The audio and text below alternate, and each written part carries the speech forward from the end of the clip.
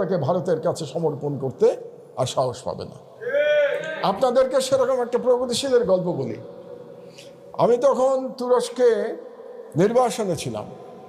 সেই সময় বলছিল না আমাদের শিবিরের ছেলেপেলেরা আজকে যে তাদের উপরে কি ধরনের অত্যাচার হতো।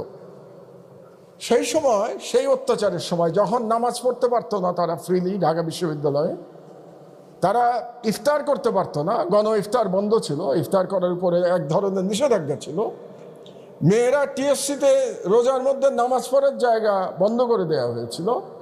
তো সেই সময় আমার কাছে যখন খবর গেল, আমি তখন একটা অনলাইন পত্রিকা লন্ডন থেকে চালাতাম, আমার দেশ নামে, আমার দেশ ইউকে নামে চালাতাম, প্রবাস থেকে, নির্বাসন থেকে। তো আমি একটা নিউজ করতে চাইলাম, ঢাকা বিশ্ববিদ্যালয়ে যে ইয়াং ছেলেমেয়েরা ইসলাম ধর্ম পালন করতে গিয়ে বাধার মুখে পড়ছে, এই ব্যাপারে একটা সংবাদ ছাপাতে চাইলাম।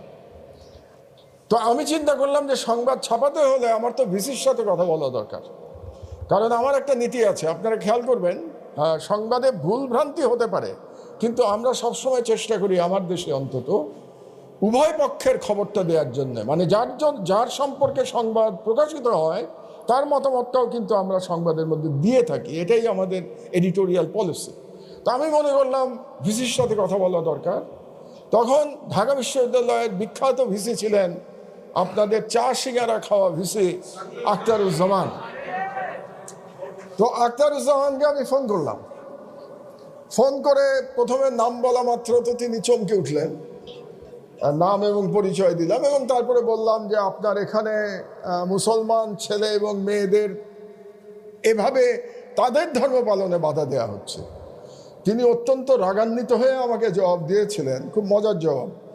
বলেছিলেন, আপনাকে এত কিছু করেও আমরা শায়েস্তা করতে পারলাম না, আপনি এখনো আগের মতোই রয়ে গেছেন। তো আমি আখতারুজ্জামানের সাথে আবার আমার আরেকবার দেখা হয়েছিল, আমরা ঘটনাচক্রে একসঙ্গে হজ করেছিলাম। তো বহু আগের গল্প এটা।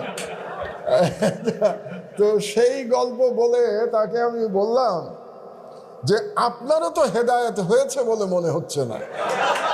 তো এটা বলে আমি আখতারুজ্জামানের সাথে আমার টেলিফোনটা আমি রেখে দিয়েছিলাম। আমি এই গল্পটা এই জন্যে বললাম, আখতারুজ্জামান এখানে থাকলে ভালো হতো। গল্পটা এই